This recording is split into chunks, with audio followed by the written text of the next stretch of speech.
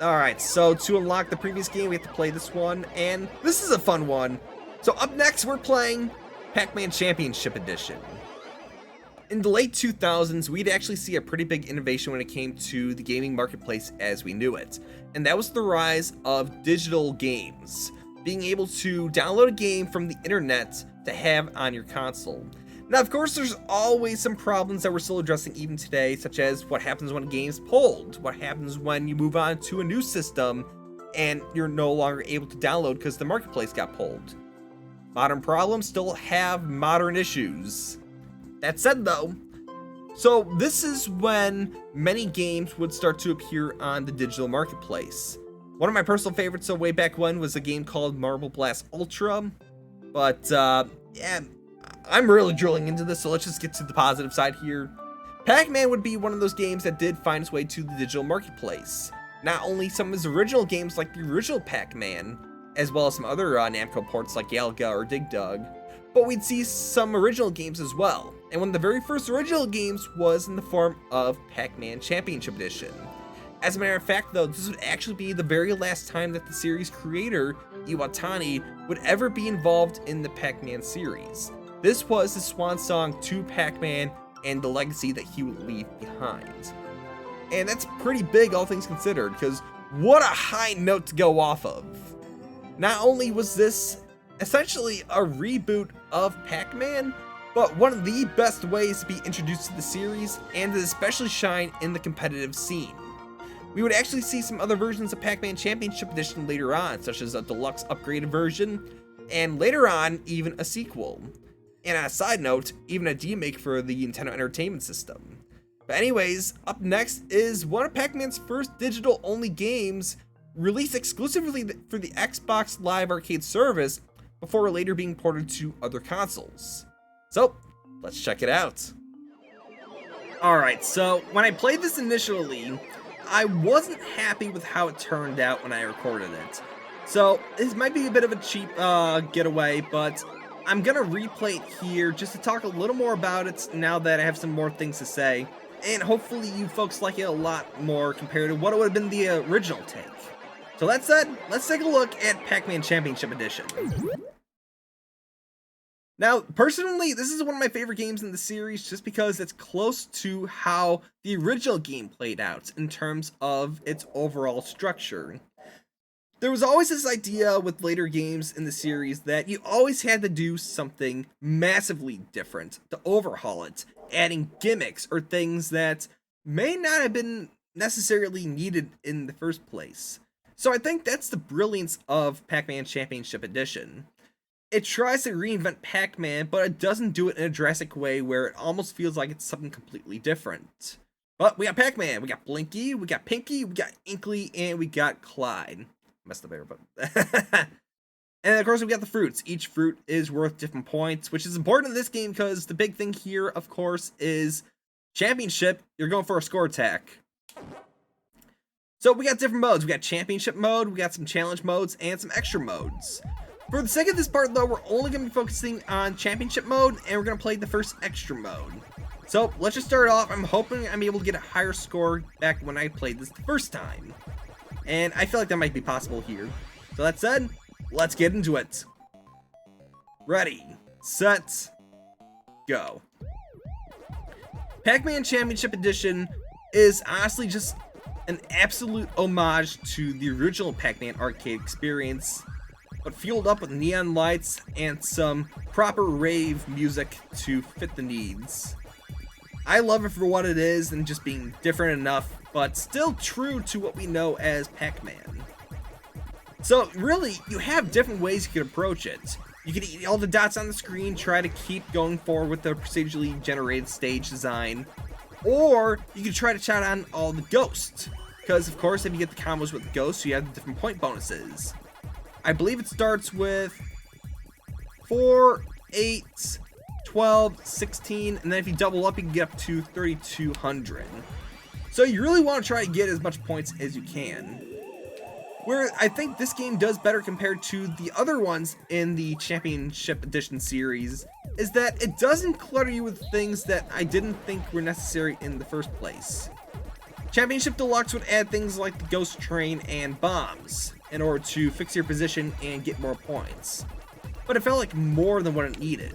Championship Edition 2 would have you try to chase the fruit in a bubble, and Pac-Man would start off way faster than he should have. I will say though, I did like the music in Championship Edition 2.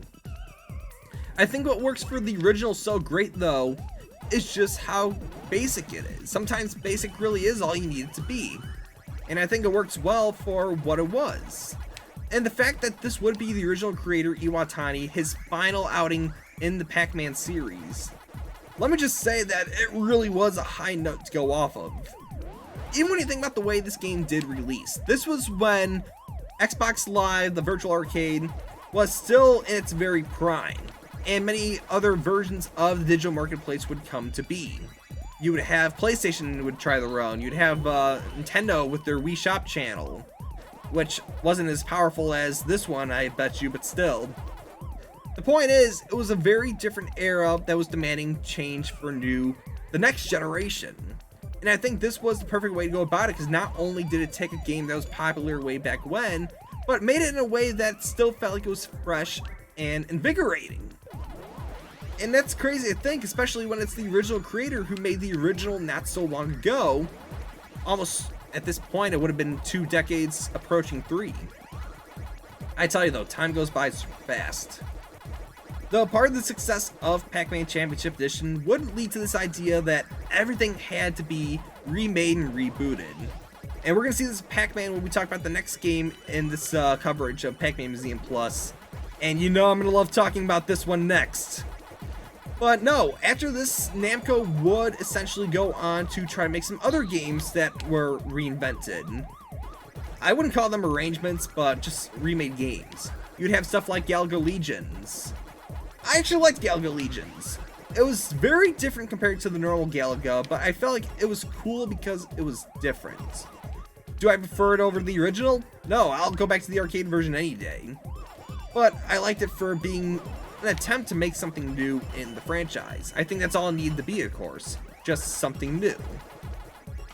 But then they'd revisit Pac-Man, of course, with Pac-Man Championship Edition Plus. I already told you how I felt about that game. Ghost Train. And then there were other attempts with Pac-Man Championship Edition Plus to reboot the entirety of the Namco franchises. And the next game would have been Metro Cross. Metro Cross was a Namco arcade game that, it turns out, was released here in America, but I never knew about it personally. And it's a fun game. If you ever check it out, I think it's fun because you control a character, you try to go through like this labyrinth, this maze environment, platforming. But it would have been like very different. I feel like it would have been the equivalent of a modern Load Runner, if you ever saw that version in the Xbox 360. I would almost say it's almost what they tried doing with Bomberman, the Bomberman for Xbox 360. That was not a good take on the franchise. Far from it. I think that's what Metro Cross would have been if they didn't pull the can on it.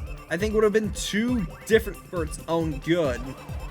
And if they just come in that direction with some of the other games in the Namco franchises, I don't think that would have been a good direction for Namco to take.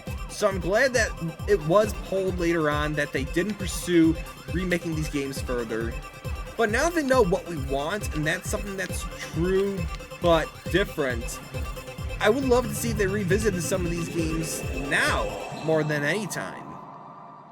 Alright, depending on how many Pac-Mans we have, that might be my high score. Nope, that was not my high score. So I did better the first time I played this, but it's whatever. It's whatever. After you finish 5 minutes, you can see a breakdown of your score and all the things you've done. Pellets, fruit, ghost. Of course, ghost will always give you the most points, but pellets are a close second. And then the fruits are connected, of course, to the pellets to proceed further. And then you get a replay of your game if you want to see like how you could have improved, or just to show your friends. But alright, aside from the main game being championship mode, we'd have some extras such as the extra modes or even the challenge modes. For the sake of this playthrough though, we're only going to stick with extra mode 1 just to show it off. In some ways you could say it is like championship mode, but it's not playing like the main game. I would almost say this feels closer to Championship Edition 2 in terms of speed minus the Ghost Train. Especially minus the Ghost Train. But alright, let's just get through it. Let's play through. I do like the neon look of Pac-Man. I think it's pretty cool. And they would continue to use this, especially when the games will be covering in the next parts. I believe it's the next part. Yeah, definitely the next part. They would continue on with this neon theme for Pac-Man.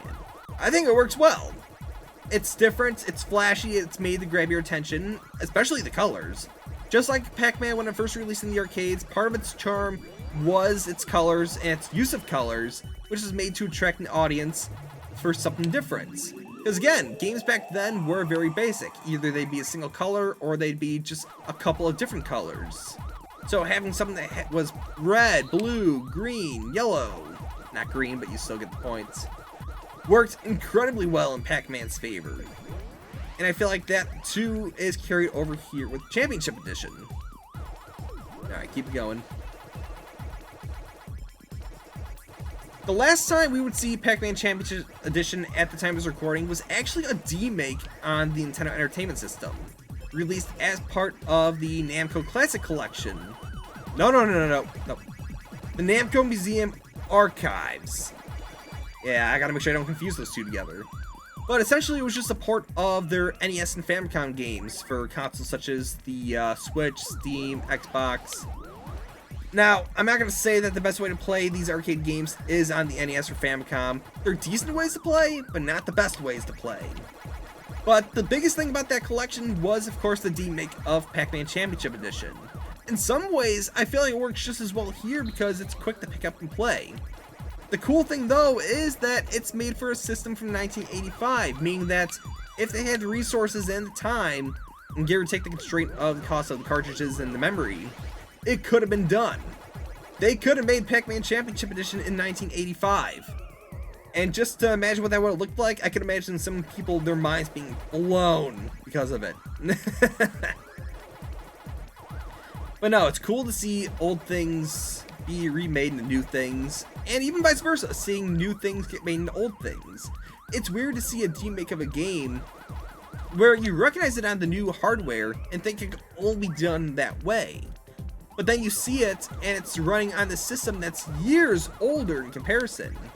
But somehow it just works. Need me say, it doesn't always work, but when it works, it's cool. Alright, I gotta be careful now because I'm only down to 1 life left. Focus on the pellets. Oh! Peaches! I do love me a good peach. Alright, 70,460. No. I'll take it for what it's worth. But I think that's going to do it for Pac-Man Championship Edition. I covered this way back when on the channel. I don't think it's my best video though, because I was experimenting with widescreen. But I'd still stand by the stuff I said in that video. It is still available if you want to see me play a little more of this game on the original console, the Xbox 360. Alright, I'll take the tokens. And let's keep it going. So that was revisiting Pac-Man Championship Edition. Again, I apologize I couldn't do it right the first time, but hopefully this commentary now delivered just a bit more of a quality boost for you guys. Again, I just don't want to waste your guys' time. Guys and gals. Alright, so after Pac-Man Championship Edition, the series would see itself in a pretty major reboot. And I don't mean the games, I mean everything. With that said, there still was one final arcade outing for Pac-Man in the magical year of, I'm pulling up my notes here as I do this because I don't want to mess it up, 2011.